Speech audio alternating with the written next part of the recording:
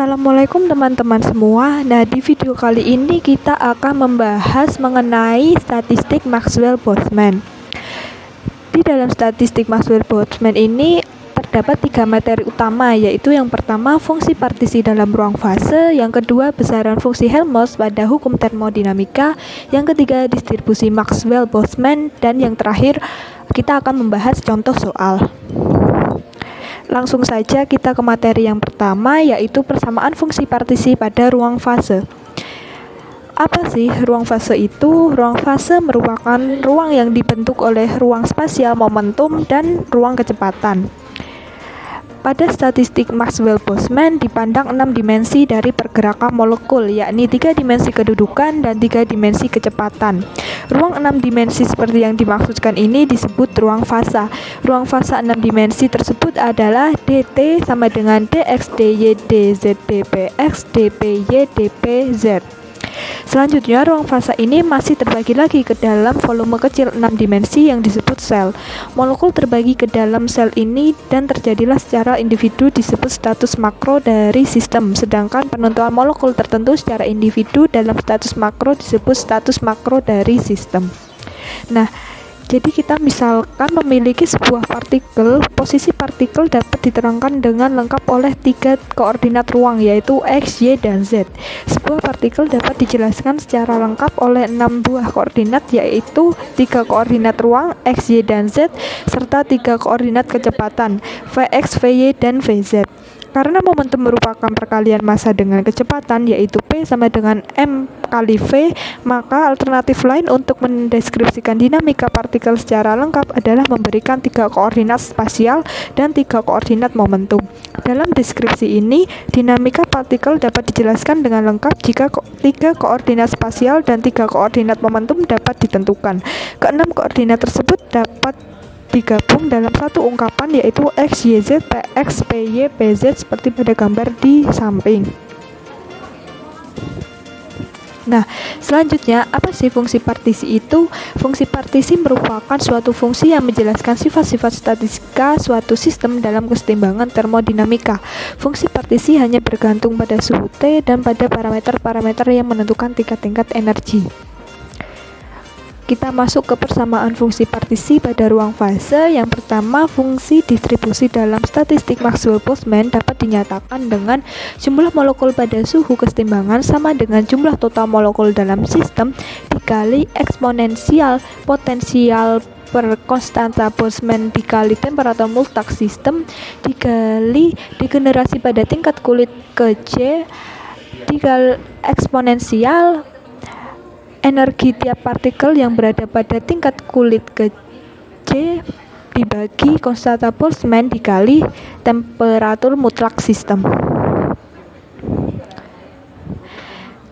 Nah, ketika sigma J Nj sama dengan N dan potensial kimia mu tidak tergantung pada J, hal itu sesuai dengan persamaan sigma J Nj sama dengan N dikali eksponensial mu per kbt dikali sigma jgj eksponensial min epsilon j per kbt.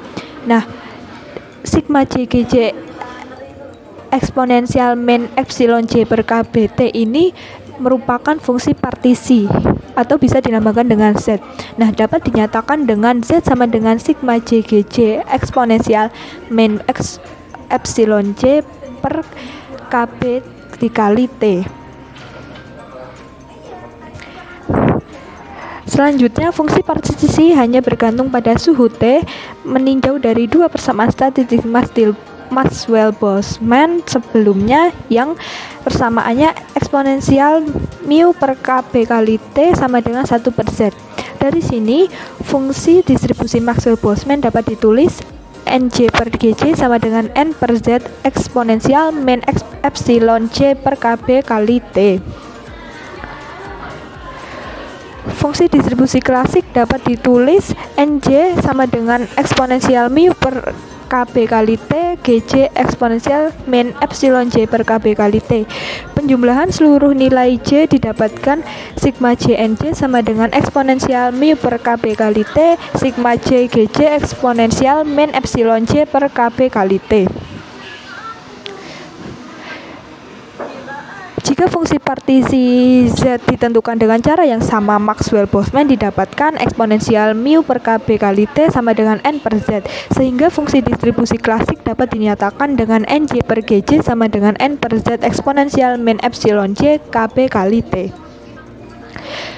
Kemudian kita masuk ke materi yang kedua, yaitu besaran fungsi Helmholtz pada hukum termodinamika. Energi bebas Helmholtz merupakan potensial termodinamika yang mengukur kerja dari sistem termodinamika tertutup dengan suhu T dan volume V yang konstan. Nah, untuk menentukan besaran fungsi Helmholtz F mengacu pada hukum termodinamika, misalkan Z merupakan fungsi dari beta dan V, dapat dituliskan d ln Z B, V sama dengan do ln Z per do V dikali dV plus do ln Z per do B dikali dB d ln Z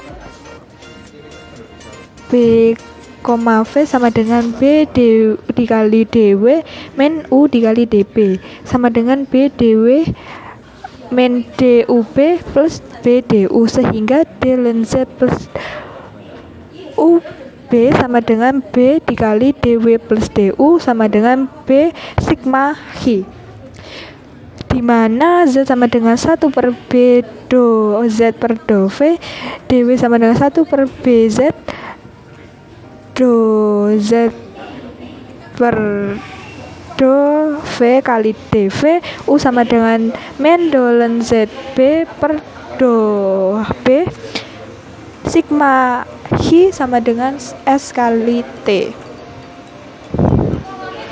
Nah, S kali do Hi T sama dengan K ini, dengan demikian kita dapat mengidentifikasi fungsi entropi sebagai S sama dengan K ln Z plus BV. Karena KB sama dengan 1 per T, maka TS sama dengan KT ln Z plus U. Nilai TS sama dengan KT ln Z plus U. Nah, dapat dimasukkan ke persamaan energi bebas Helmholtz F dalam kurung V, T sama dengan U min TS sama dengan min KT ln Z VT. Masuk ke materi yang ketiga, yaitu distribusi Maxwell-Boltzmann. Nah, statistik Maxwell-Boltzmann sering digambarkan sebagai statistik bagi partikel klasik yang terbedakan. Sistem partikel klasik yang terbedakan yaitu sistem partikel konfigurasinya berbeda ketika dua atau lebih partikel dipertukarkan. Nah, distribusi probabilitas ini dikemukakan pertama kali oleh James Clerk Maxwell dan Ludwig Boltzmann. Biasanya dianggap sebagai distribusi kecepatan molekul, tetapi juga dapat merujuk kepada distribusi untuk kecepatan momentum dan besarnya momentum molekul yang masing-masing akan memiliki fungsi probabilitas distribusi yang berbeda. Distribusi Maxwell-Boltzmann menggambarkan kecepatan partikel dalam gas di mana partikel tidak terus-menerus berinteraksi satu sama lain, tetapi bergerak bebas antara tabrakan pendek. Ini menggambarkan kemudian kecepatan partikel, besarnya vektor kecepatannya yang dekat dengan nilai yang diberikan sebagai fungsi dari suhu dari sistem, massa partikel, dan bahwa nilai kecepatan. Distribusi ini dianggap sebagai besaran vektor 3 dimensi yang komponennya adalah independen dan distribusi normal dengan min 0 dan standar deviasi A. Jika Xi didistribusikan, maka terdistribusi sebagai distribusi Maxwell-Boltzmann dengan parameter A selain parameter skala distribusi identik dengan distribusi C dengan 3 derajat kebebasan. Nah, turunan asli oleh Maxwell diasumsikan bahwa ketika arah akan memiliki perilaku yang sama, tetapi turunan selanjutnya yang dikembangkan oleh Boltzmann mematahkan asumsi ini dengan teori kinetik. Distribusi Maxwell-Boltzmann untuk energi sebagian besar dapat langsung diturunkan dari distribusi Boltzmann untuk energi dengan persamaan Ni per N sama dengan Gj epsilon min eksponensial min epsilon J per K kali T dibagi sigma J Gj eksponensial min epsilon J per K kali T. Nah, kita misalkan konfigurasi partikel A di dalam keadaan 1 dan partikel B di dalam keadaan 2. Berbeda dengan konfigurasi ketika partikel B berada dalam keadaan 1 sedangkan partikel A dalam keadaan 2. Ketika gagasan tersebut diimplementasikan akan dihasilkan distribusi Boltzmann biasa bagi partikel dalam berbagai tingkat energi. Fungsi distribusi ini menghasilkan hasil yang kurang fisik untuk entropi sebagaimana ditunjukkan dalam paradoks Gibbs. Namun, masalah itu tidak muncul pada peninjauan statistik ketika semua partikel dianggap tak terbedakan. Nah, di sini ada paradoks Gibbs. Apabila kita mencampurkan gas dengan jenis yang sama, misalnya saat menghitung perubahan entropi sistem delta S, perubahan entropi sistem delta S dapat dirumuskan dengan delta S sama dengan delta S1 plus delta S2. Dan akhirnya diperoleh bahwa delta S sama dengan 2 NKL N2 dan bukan delta S sama dengan 0. Padahal kedua gas adalah jenis gas yang sama. Ketidakcocokan ini disebut sebagai paradoks Gibbs. Nah, kita masuk ke contoh soal yang pertama, yaitu sebuah sistem yang terdiri dari n partikel terbedakan terdistribusi dalam dua tingkat energi yang tak terdegenerasi. Tingkat pertama memiliki energi epsilon. Sistem ini berada dalam keseimbangan termal dengan sebuah reservoir pada temperatur T. Tentukan fungsi partisi, fraksi dari N1 per N dan N2 per N dari partikel dalam setiap keadaan, energi internal sistem U atau E. Nah, untuk fungsi partisi, hasilnya nanti ditemukan 1 plus E min epsilon per K kali T, dan yang B fraksi dari N1 per N dan N2 per N. Untuk N1 per N hasilnya 1 plus epsilon eksponensial min epsilon per K kali T pangkat min 1. Untuk N2 per N hasilnya nanti 1 plus epsilon per K kali T pangkat min 1.